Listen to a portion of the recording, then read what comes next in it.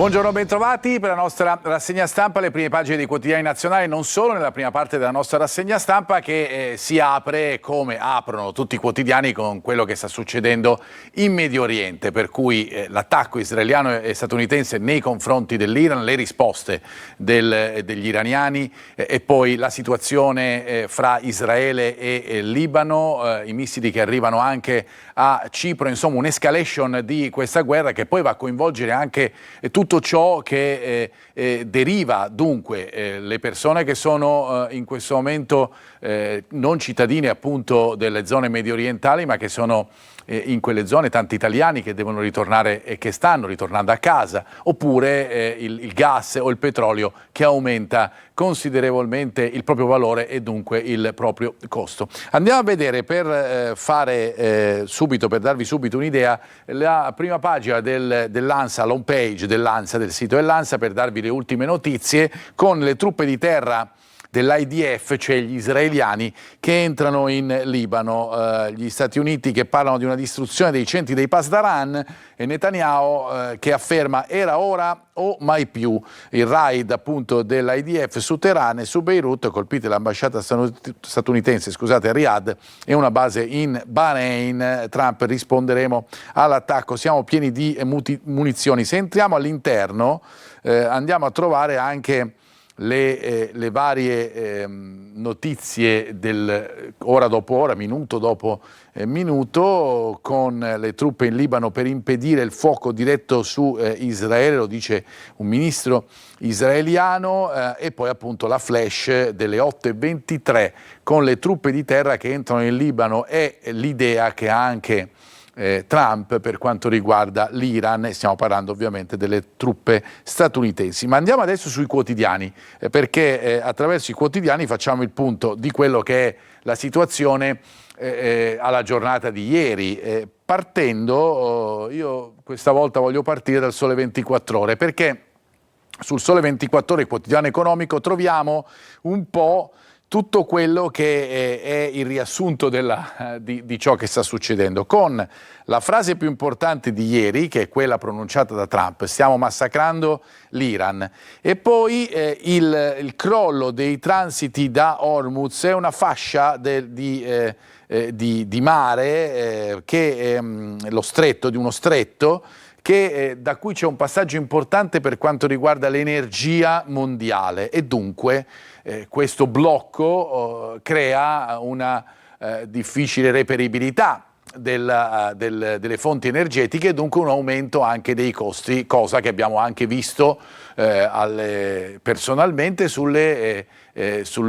costo della benzina alle pompe. Sul Sole 24 Ore troviamo appunto la notizia di un gas al più 35%, con la guerra in Medio Oriente, il stop alla produzione in Qatar di gas liquefatto, il greggio rincara del 7%. Allarme degli armatori, i Pasdaran: colpiremo ogni nave nello stretto. In sintesi è una situazione che, secondo quello che abbiamo capito anche nella giornata di ieri, sarà lunga, potrebbe essere più lunga degli attacchi, ad esempio, che sono stati fatti nel mese di giugno scorso verso Teheran. Trump parla di 4-5 settimane, ma sicuramente del tempo che servirà per chiudere l'operazione, che non è tanto quella di cambiare il regime in Iran, a quello dice il sottosegretario statunitense ci devono pensare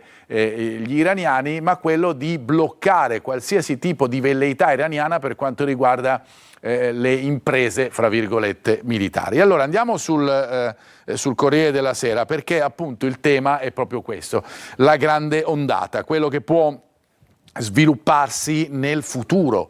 Dal Medio Oriente a Cipro divampa la guerra, nuovi raid israeliani, fuga dal Libano, più testate nucleari, dice Macron. Questa è un'altra frase importante per quanto riguarda la Francia. Francia, che dice Macron, si può fare rispettare solo aumentando le testate nucleari. Dunque più paura per l'avversario, più rispetto che se ne deriva. Un concetto che fa un po' pugni con tutto quello che leggiamo in questi anni sulla tendenza appunto ad arrivare alla pace, a giocarsi tutto sul piano della diplomazia. Il leader americano: avanti, stiamo massacrando il regime di Teheran, e intanto vola il prezzo di gas e petrolio con le borse che vanno giù. Vi portiamo attraverso il Corriere della Sera proprio sulla cartina della zona interessata, della zona medio orientale, quella che crea e ha creato negli ultimi decenni sempre tanti conflitti, partendo, lo vediamo proprio dalla cartina, da questa zona che è appunto quella dell'Israele, la striscia di Gaza, con la tregua difficile che sta andando avanti, e adesso lo scontro in atto fra l'Israele, che è questo azzurro, e il Libano vicino, in questo caso, con le due potenze che si scambiano non certo messaggi d'amore, ma missili dal sud del Libano al nord dell'Israele e dal nord dell'Israele al sud del Libano. Per quello c'è stato l'ingresso delle truppe israeliane proprio in Libano. Qui sulla destra invece vedete con questa parte insomma più scura è proprio la mappa dell'Iran, con la lente di ingrandimento sulla capitale Teheran e su tutti i punti nevralgici della capitale, e guardate qua tutte le navi che sono dislocate nel Golfo Persico o nel Golfo dell'Oman. Chiaramente tutto questo cambia molto lo scenario, anche per quanto riguarda, abbiamo visto, l'aspetto commerciale e dell'approvvigionamento di energia. Dunque una vera e propria escalation, ed è quello che troviamo sui titoli di tantissimi quotidiani, a partire dalla Repubblica, che titola proprio così: l'escalation di Trump, il presidente degli Stati Uniti sull'Iran: li stiamo massacrando ma la grande ondata deve arrivare, e non esclude truppe di terra, bombe israeliane in Libano su Hezbollah, esodo da Beirut, 2 droni di Teheran colpiscono la base inglese a Cipro. Ricordiamo che Cipro è divisa in due, un'influenza un po' più turca e poi la parte più occidentale, se così vogliamo dire. E c'è il tema poi, l'abbiamo detto, dell'escalation, l'abbiamo ripetuto attraverso la Repubblica, lo riprende anche il Manifesto, che fa capire quelle che sono le intenzioni degli Stati Uniti fondamentalmente, che porteranno questo conflitto ad essere lungo, come tanti altri che sono stati alimentati in questi anni, come quello russo-ucraino ad esempio, che va avanti ormai da più di 4 anni. Qui speriamo ovviamente molto di meno, però Golfo in fiamme, la guerra lanciata da Stati Uniti e Israele all'Iran si allarga, Teheran è un campo di battaglia, monarchie arabe sotto una pioggia di missili, e Tel Aviv torna a colpire anche Beirut. Trump non mette limiti, durerà tutto il tempo che serve, appunto vi dicevo, un orizzonte temporale che sembrava potesse essere limitato a un mese, 5 settimane, che invece potrebbe essere più lungo, visto ciò che è stato detto da Trump.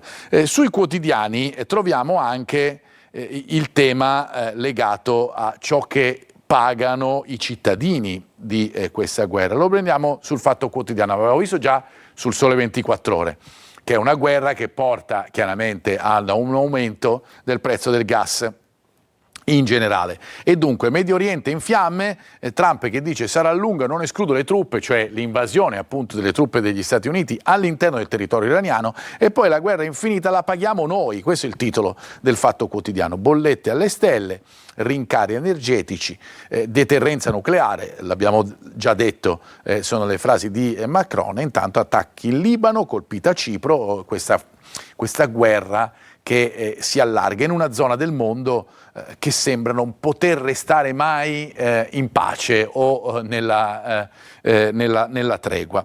Ma come risponde l'Unione Europea e come risponde l'Italia? Anche questo è un tema che troviamo sui quotidiani. Ad esempio, per quanto riguarda l'Unione Europea, il titolo è quello del Giornale. Si parla di una guerra a tappeto, perché l'Iran attacca anche l'Europa, perché ricordiamo che Cipro fa parte dell'Europa, è un'isola nella parte orientale del Mar Mediterraneo, ma è un'isola a tutti gli effetti europea. Droni su Cipro, Unione Europea divisa, i raid sul Libano, l'idea l'invasione di terra, e Trump che dice lì massacriamo. Ma il problema è proprio questo: un'Europa che rispetto ai temi di natura mondiale, internazionale, spesso e volentieri si ritrova in questo stato di limbo in cui soprattutto non si trova l'accordo fra chi magari vuole intervenire e chi invece chiede pace, diplomazia subito. Tutto questo si ritrova poi nelle polemiche prettamente italiane, che diventano anche politiche, perché in questo senso chiaramente il governo italiano prende delle posizioni e l'opposizione ne prende inevitabilmente delle altre. Ieri c'è stato uno scontro in commissione fra Tajani e Conte, ma tutto questo viene ripreso proprio anche dai quotidiani. Ad esempio sul Libero c'è il titolo che è questo: l'ora degli avvoltoi, i profittatori di guerra. Movimento 5 Stelle e PD provano a recuperare voti col conflitto, Elly Schlein scarica gli iraniani, dovevano fare da soli, e Tajani smaschera Conte, noi troppo vicini a Trump, tu da lui in ginocchio, eri Giuseppi. Questo era l'affondo di Tajani su Conte quando appunto era lui presidente del Consiglio.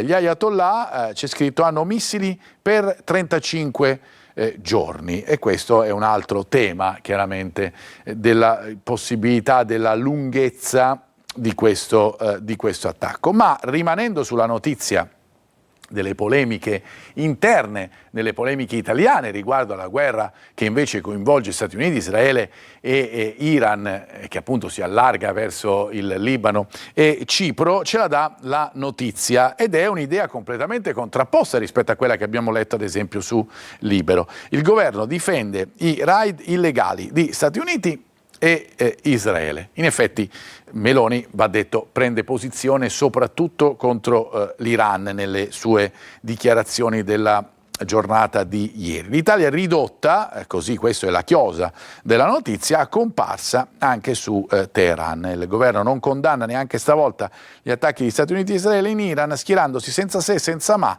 con appunto gli Stati Uniti e gli israeliani, che non ci hanno avvisato dell'attacco. L'Italia ormai ridotta a comparsa e sempre più irrilevante. Ne farei più una questione dell'Europa più che dell'Italia, perché chiaramente l'Italia deve anche verificare tutto quello che succede all'interno dell'Unione Europea. Chiudiamo con il resto del Carlino, perché abbiamo ovviamente il titolo legato a Trump che apre le truppe in Iran, il borsa e petrolio un salasso, ora c'è l'apertura anche delle borse con tante difficoltà dopo la giornata di ieri, e chiudiamo invece con una notizia prettamente di cronaca e una di spettacolo. Cronaca: il tram deragliato con il conducente che è ancora indagato, nuove verifiche della procura sull'ipotesi malore, e poi il vincitore di Sanremo, Sal Da Vinci, che divide l'Italia, si schiera chi con lui e chi magari preferiva altri cantanti sul podio sanremese. Noi ci fermiamo per la prima parte della nostra rassegna stampa, torniamo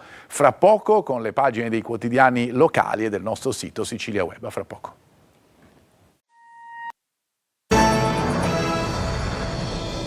Ed eccoci in studio per la seconda parte della nostra rassegna stampa. Ci concentriamo sulle testate locali, sulle testate regionali, andremo a vedere fra poco le prime pagine. Intanto io vi porto subito sul nostro sito siciliaweb.it per farvi vedere la notizia di apertura, che è legata a una denuncia di estorsione con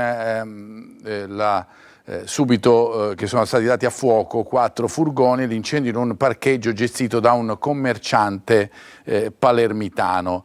Sulla prima pagina del nostro sito troviamo anche la notizia del giorno per quanto riguarda ieri, la morte del boss Nitto Santapaola, con il capomafia catanese che era detenuto al 41 bis in carcere a Milano, con la procura che ha disposto l'autopsia. È una delle notizie principali che troviamo anche sui quotidiani, e andremo proprio adesso a vedere le prime pagine, partendo dalla Sicilia. Il titolo su Santapaola è quello che troviamo sotto la testata, morto Nitto Santapaola, il boss catanese, uno dei più sanguinari di Cosa Nostra, aveva 87 anni, fedele alleato dei corleonesi, comandò a Catania negli anni bui, l'arresto del 1993, le condanne per le stragi per il delitto Fava. E poi ci sono tante notizie invece anche sulla Sicilia, sulla guerra totale, con gli attacchi fra appunto Israele e Libano, e poi quelli degli Stati Uniti e di Israele contro l'Iran. Lo stretto di Hormuz chiuso con ciò che ne deriva sotto l'aspetto commerciale e dei prezzi che aumentano, con la benzina che vola, e poi le storie dei siciliani, ne abbiamo raccontate qualcuna anche noi nei nostri telegiornali, fra paura e fiducia nella sicurezza, primi rientri, tornano a casa 200 studenti, una palermitana che dice gli italiani sono miei ospiti, ha aperto la casa appunto agli italiani nella zona di Dubai. Sulla Gazzetta del Sud, questa era la Sicilia, la Gazzetta del Sud anche in questo caso il titolo principale è legato alla guerra in Medio Oriente, i droni su Cipro, l'allerta in Europa, la guerra che si allarga all'intero Medio Oriente, nuovo fronte in Libano, mentre due velivoli di Teheran sono stati lanciati contro la base britannica nel sud del Mediterraneo, rafforzata la vigilanza in Italia. Trump: stiamo massacrando l'Iran, andremo avanti a lungo, e non esclude appunto l'invio di truppe. Anche sulla Gazzetta del Sud la morte del boss catanese Nitto Santapaola, esponente della cupola di Cosa Nostra, detenuto appunto nel carcere di Milano Opera al regime del 41 bis, detenuto dal 1993, ritenuto il mandante di stragi, omicidi, tra cui gli attentati di Capaci e Via D'Amelio e l'agguato al generale Dalla Chiesa. Dalla Gazzetta del Sud andiamo subito sul Giornale di Sicilia, titolo simile a quello che abbiamo visto sul quotidiano messinese. Anche in questo ci si concentra sull'escalation e sul fatto che è stata colpita un'isola del Mediterraneo, dunque un'isola europea.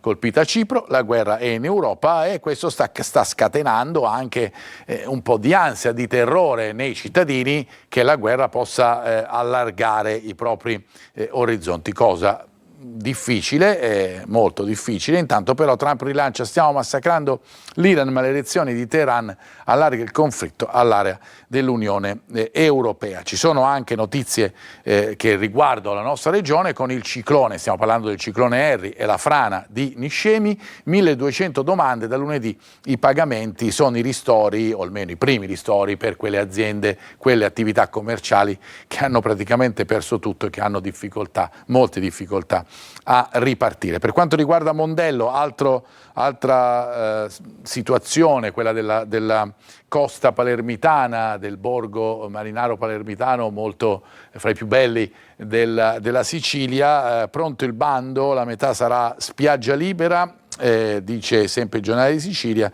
verranno creati 8 lotti per i lidi, il resto senza vincoli. Anche in questo caso, dopo l'esclusione della italo-belga, si accelera appunto per i nuovi gestori, deve cambiare tutto nel giro di qualche mese prima dell'inizio dell'estate.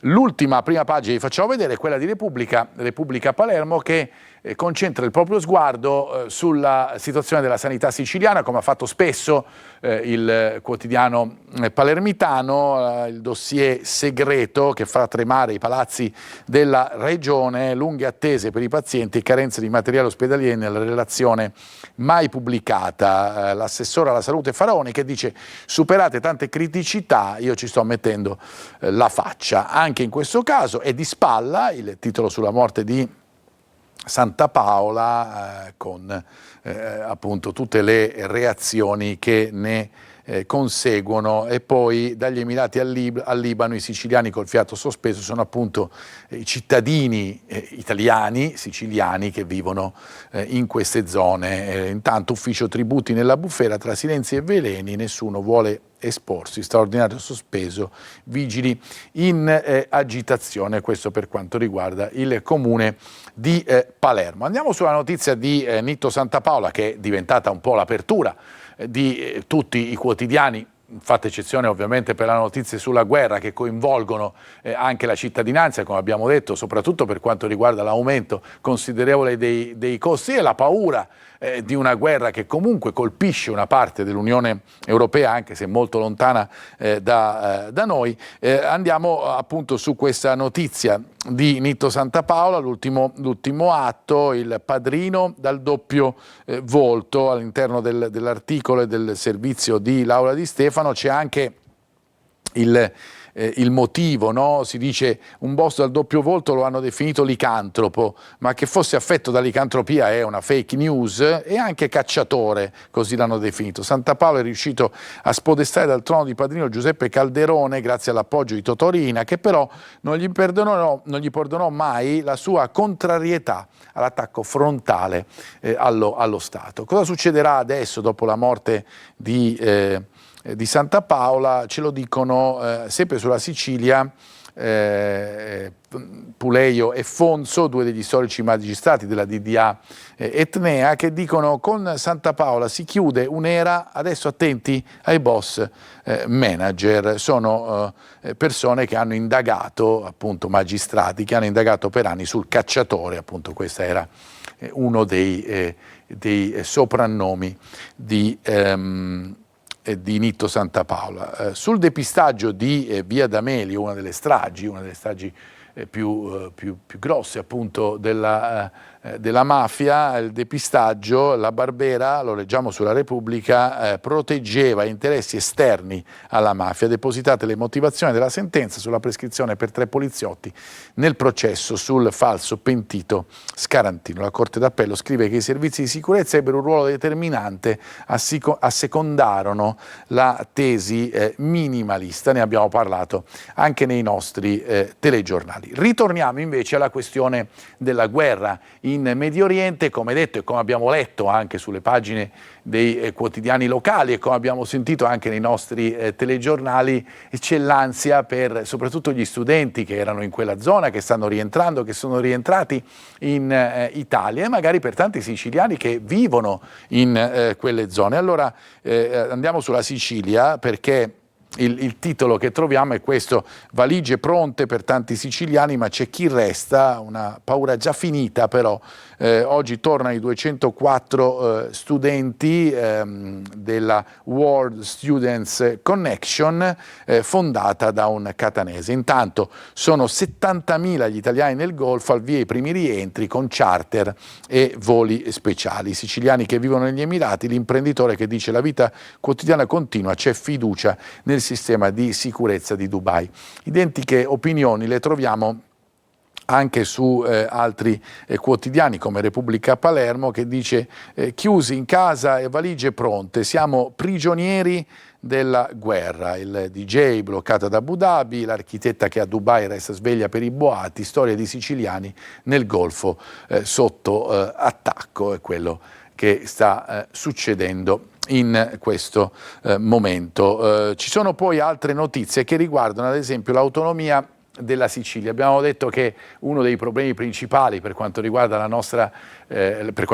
guerra è quello dell'approvvigionamento delle fonti energetiche, in questo caso del gas, del petrolio, con l'aumento dei costi. Com'è la situazione in Sicilia? Ce lo dice anche in questo caso il quotidiano La Sicilia: l'autonomia della Sicilia dal petrolio del Golfo non salva dai contraccolpi. La chiusura dello stretto di Hormuz non ha effetto oggi, anche se devo dire che qualche aumento si è visto già alle pompe di benzina, ma ne avrà domani se i paesi a secco compreranno nel Mediterraneo. Questi temi più importanti. L'altro tema è quello che troviamo sulle pagine interne dedicate a Catania, perché oggi sarà eseguito, lo vediamo nell'articolo, sarà eseguita l'autopsia sul corpo di Adele, uccisa nel rudere di via Colombo vicino al porto catanese. Nel 2001 una società aveva acquisito l'immobile dal consorzio agrario per farne un hotel, invece adesso è un rudere dove appunto ha perso la vita questa donna, con l'autopsia appunto che sarà eseguita nella giornata di oggi. Cambiamo decisamente argomento, andiamo a parlare invece di sport negli ultimi minuti di questa rassegna stampa, partendo dallo sport nazionale, da quello che ci attende nella giornata di oggi, perché è appena finita una giornata di campionato. Ieri si sono giocate Pisa-Bologna e la partita della Fiorentina che ha perso malamente a Udine. Oggi tocca la Coppa Italia con l'Inter e il Como protagonisti. Praticamente la squadra più forte in questo momento in Italia contro la squadra più spettacolare, se così possiamo dire, per cui si attende ovviamente una bella partita, si giocherà a Como. Intanto l'Inter frena le velleità dell'Arsenal per la sua punta di diamante, una delle sue punte di diamante, cioè Pio Esposito, che appunto è sarebbe richiesto dagli inglesi. Intanto Allegri prepara la sfida di domenica perché per provare a riaprire un campionato che sembra già a tinte nerazzurre, il Milan deve per forza vincere il derby e domenica c'è il derby proprio fra Milan e Inter a San Siro, è la partita più attesa per quanto riguarda la stagione italiana, fra la prima e la seconda in classifica. A proposito di prima contro seconda, è un po' la stessa situazione del Catania, in questo caso i punti di distacco sono 7 dal Benevento rispetto ai 10 invece del Milan sull'Inter, ma anche in questo caso il Catania ha un risultato solo a disposizione per provare a riaprire, a tenere aperta quantomeno la corsa per il primato, cioè la vittoria al Vigorito. Ne parla Pieraccini, che dice: il Catania ci crede, il difensore dal ritiro campano prepara l'assalto di giovedì alla capolista Benevento. Ricordiamo su Telecolor la diretta in chiaro in esclusiva a partire dalle 19:30 di giovedì. Siamo più forti, a Salerno è mancato soltanto il gol, sono sicuro che giocheremo al meglio per cercare il successo. Rispetto a Salerno ci saranno 1400 tifosi del Catania a sostegno proprio dei rossazzurri, per questo che è l'autentico big match della Serie C che appunto la nostra emittente trasmetterà in diretta in chiaro, in esclusiva. Noi per il momento ci fermiamo con la nostra rassegna stampa, grazie per averci seguito e un buon proseguimento di giornata.